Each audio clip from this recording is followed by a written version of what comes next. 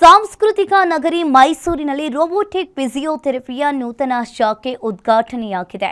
ಇದುವರೆಗೂ ಬೆಂಗಳೂರಿನಲ್ಲಿ ಸೇವೆ ಸಲ್ಲಿಸ್ತಾ ಇದ್ದ ಹೆಸರಾಂತ ಸೌಖ್ಯ ರೋಬೋಟಿಕ್ ಆರ್ಥೋ ಕೇರ್ ತನ್ನ ನೂತನ ಶಾಖೆಯನ್ನು ಮೈಸೂರಿನಲ್ಲಿ ತೆರೆದಿದೆ.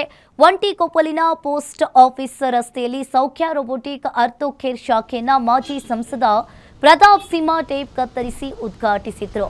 ಆರ್ಥೋ ಕೇರ್ನಲ್ಲಿ ನುರಿತ ವೈದ್ಯರಿಂದ ಅಡ್ವಾನ್ಸ್ ಫಿಸಿಯೋಥೆರಪಿ ಸೌಲಭ್ಯವಿದೆ. ಆರ್ಥೋ ಕೇರ್ ಅತ್ಯುತ್ತಮ ಆಧುನಿಕ ಸೇವೆಗಳ ಸೌಲಭ್ಯವನ್ನು ಹೊಂದಿದ್ದು ಯಾವುದೇ ಶಸ್ತ್ರಚಿಕಿತ್ಸೆ ಇಲ್ಲದೆ ರೋಬೋಟಿಕ್ ಥೆರಪಿ ಮೂಲಕ ಚಿಕಿತ್ಸೆಯನ್ನು ನೀಡಲಾಗುತ್ತದೆ. ಪಾರ್ಶ್ವವಾಯು, ಬೆನ್ನುಹುರಿ ಹಾಗೆ ಕಾಯ ಸೇರಿ ನರರೋಗಗಳಿಂದ ದೈಹಿಕ ಚಲನೆ ಕಳೆದುಕೊಂಡ ರೋಗಿಗಳಿಗೆ ತಂತ್ರಜ್ಞಾನ ಆಧಾರಿತ ರೋಬೋಟಿಕ್ ಬಳಸಿ ಚಿಕಿತ್ಸೆಯನ್ನು ನೀಡಲಾಗುತ್ತದೆ.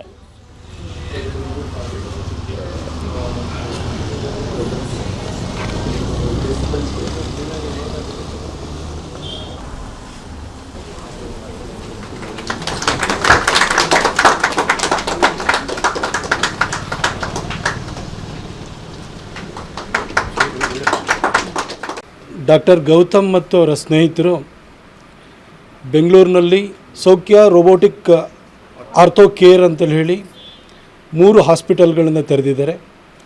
ನಮ್ಮ ಮೈಸೂರಿನಲ್ಲೂ ಕೂಡ ಫಸ್ಟ್ ಹಾಸ್ಪಿಟಲ್ನ ಇಲ್ಲಿ ಇವತ್ತು ಇನಾಗ್ರೇಟ್ ಮಾಡಲಾಗಿದೆ. ಅವರಿಗೆ ಈ ಒಂದು ಫೀಲ್ಡಲ್ಲಿ ದೊಡ್ಡ ಎಕ್ಸ್ಪೀರಿಯನ್ಸ್ ಇದೆ.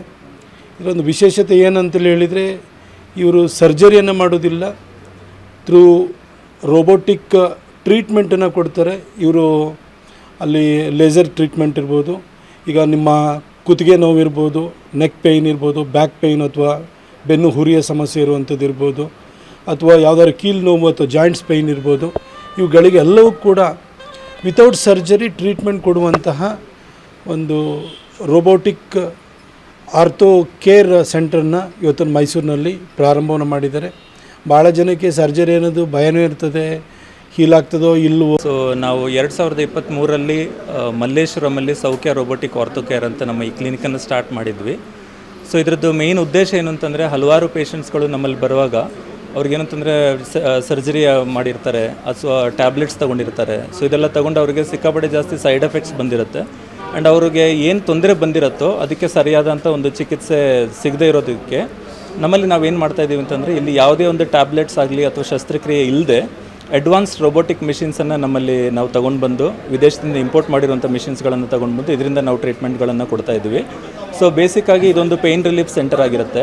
ಸೊ ನಮ್ಮ ಮಸಲ್ ಪೇಯ್ನ್ ಇರ್ಬೋದು ಅಥವಾ ಜಾಯಿಂಟ್ ಪೇಯ್ನ್ ಇರ್ಬೋದು ಅಥವಾ ಡಿಸ್ಕ್ ಬಲ್ಜ್ ಕೇಸಸ್ಗಳನ್ನು ಯಾವುದೇ ಒಂದು ಟ್ಯಾಬ್ಲೆಟ್ಸು, ಇಂಜೆಕ್ಷನ್ಸು ಅಥವಾ ಸರ್ಜರಿ ಇಲ್ಲದೇ ಬರೀ ರೋಬೋಟಿಕ್ ಮಿಷಿನ್ಸಿಂದ ನಾವು ಟ್ರೀಟ್ಮೆಂಟ್ಗಳನ್ನು ಮಾಡ್ತಾಯಿದ್ದೀವಿ. ಸೊ ಇದರಿಂದ ಮೇಯ್ನ್ ಅಡ್ವಾಂಟೇಜ್ ಏನು ಅಂತಂದರೆ, ಕಂಟಿನ್ಯೂಸ್ ಆಗಿ ಲಾಂಗ್ ಟರ್ಮ್ ಪೇಯ್ನ್ ಕಿಲ್ಲರ್ ತೊಗೊಳ್ಳೋದಿರಲಿ ಅಥವಾ ಸರ್ಜರಿ ಮಾಡಿ ಅದರಿಂದ ಏನಾದರೂ ಕಾಂಪ್ಲಿಕೇಶನ್ಸನ್ನು ಮೊದಲನೇ ಹಂತದಲ್ಲೇ ನಾವು ಅದನ್ನು ಅವಾಯ್ಡ್ ಮಾಡ್ಕೊಳ್ಬೋದು.